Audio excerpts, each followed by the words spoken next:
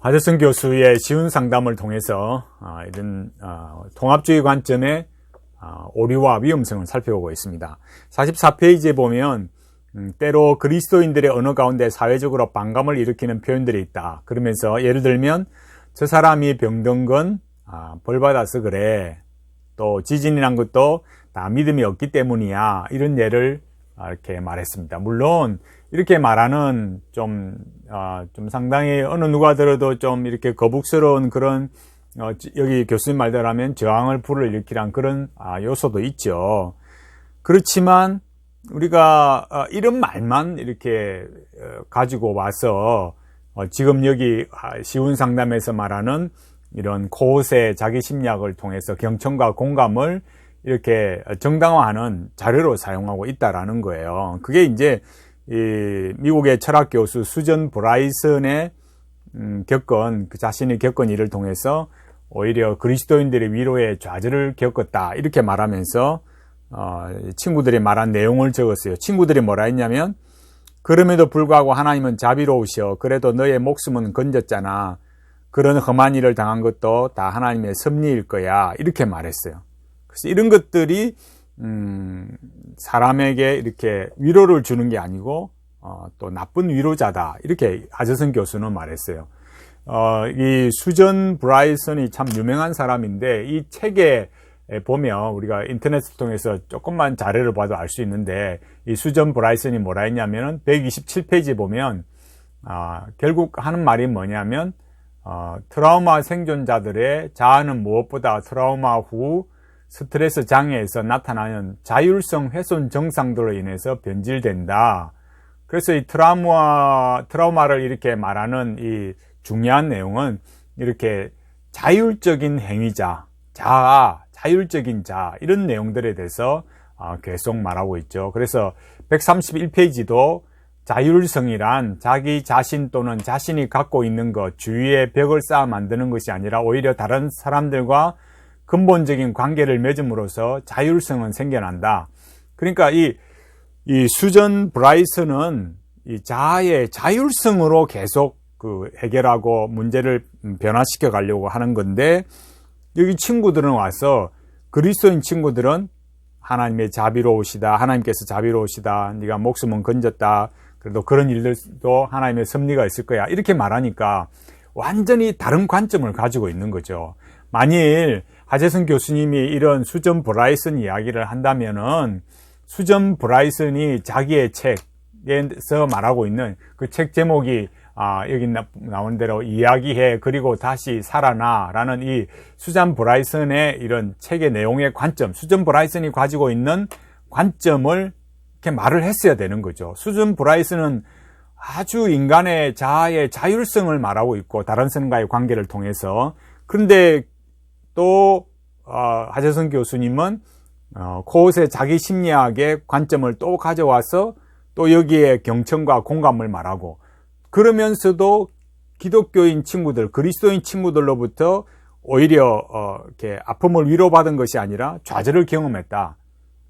지금 벌써 몇 가지가 오고 있습니까? 수전 브라이슨의 관점, 자율적인 관점, 또 하인츠 코옷의 자기 심리학적인 관점, 또 성경에 입각한 그 기독교인의 그리스도인의 친구의 관점, 그리고 심지어 하재성 교수님의 관점, 3개, 4개가 이렇게 들어와 있지 않습니까? 그러면서도 욥의 친구를 말하고 하나님의 위로에 대해서 하나님은 우리가 섬기는 하나님은 위로자입니다. 이렇게 말했어요. 그러니까 이런 또 욥의 이런 내용들 들어와 있고 이런 벌써 몇 가지가 이렇게 들어와 있습니까? 그러니까 벌써 관점의 차이가 수전 브라이슨과 또 코옷의 관점, 성경적인 관점, 또 하재성 교수님의 관점, 어쨌거나 이는 우리가 보는 또 우리의 관점이 들어갈 수도 있고요.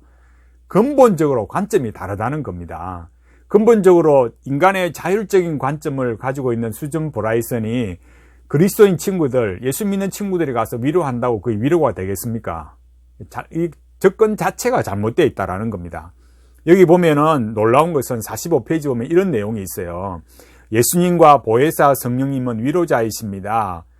그러면서 하는 말이 공감의 언어를 훈련해야 됩니다. 여러분 예수님과 보혜사 성령님이 위로자이시라는 거, 성경을 우리가 통해서 잘 알고 있지 않습니까? 보혜사 성령님이 오시면 뭘 한다 했습니까? 그가 오시면 의에 대해서, 죄에 대해서, 또 이 세상 임금에 대해서, 심판에 대해서 말한다 했지 않습니까?